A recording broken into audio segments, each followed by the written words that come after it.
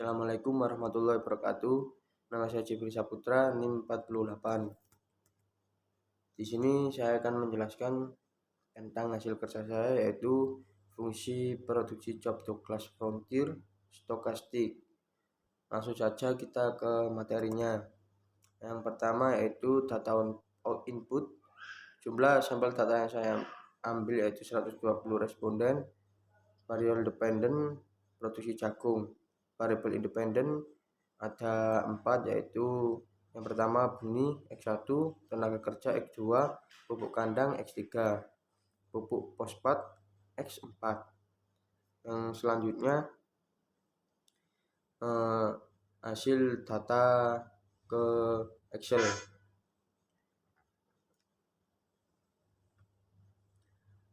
Data ini sudah saya kalikan dengan NIM saya, yaitu NIM 48.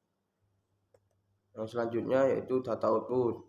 Data output sini beta 0 konstanta, beta 1 benih X1, beta 2 tenaga kerja X2, beta 3 pupuk kandang X3, beta 4 pupuk fosfat X4.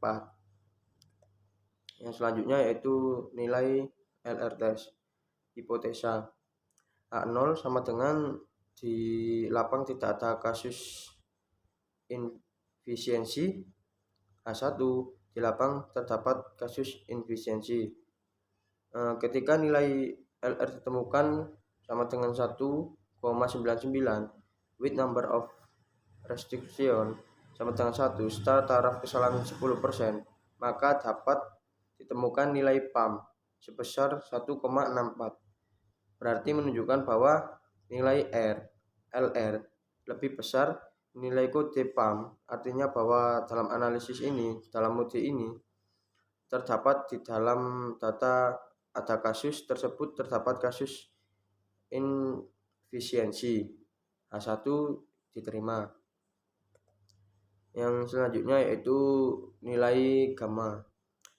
Yang pertama yaitu T hitung sama dengan 0,34505,682E ditambah 0,1, yaitu dibulatkan menjadi 3,45. Yang selanjutnya T tabel TINV 0,1 dikali 116 dengan nilai alfa 100%. T shift lebih besar dari T tabel 7,11%. Error term disebabkan karena inefisiensi teknis, ketidakmampuan petani dalam menghasilkan produktivitas yang tinggi. Itu disebabkan karena 7,11% disebabkan karena inefisiensi teknis, sedangkan sisanya 92,89% disebabkan karena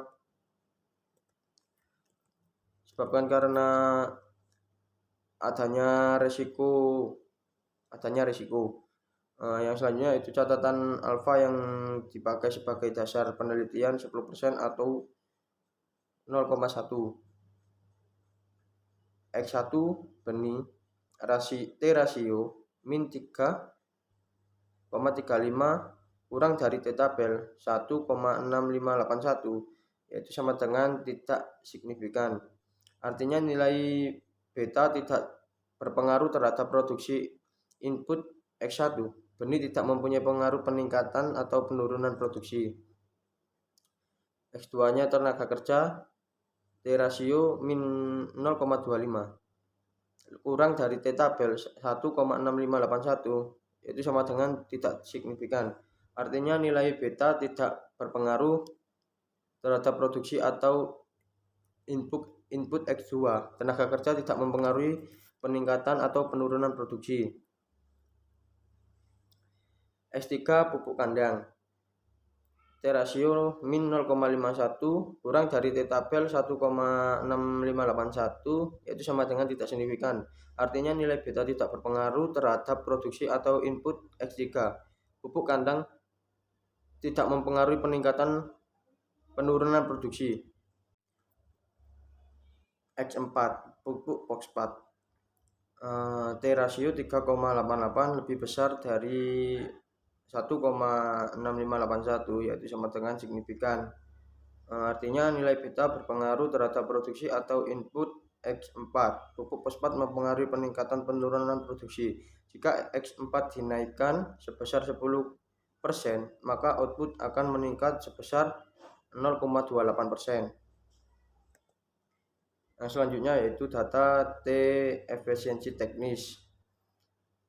Yang selanjutnya interpretasi dari data tadi.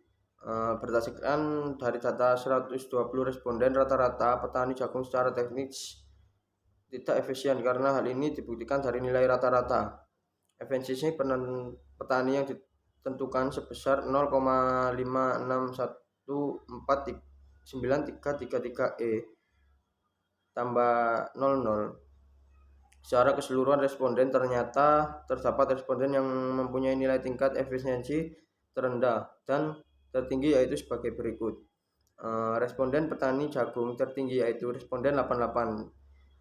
Nilai tingkat efisiensi sebesar 0,80928633E yang artinya bahwa responden ke-88 secara teknis dikatakan efisiensi.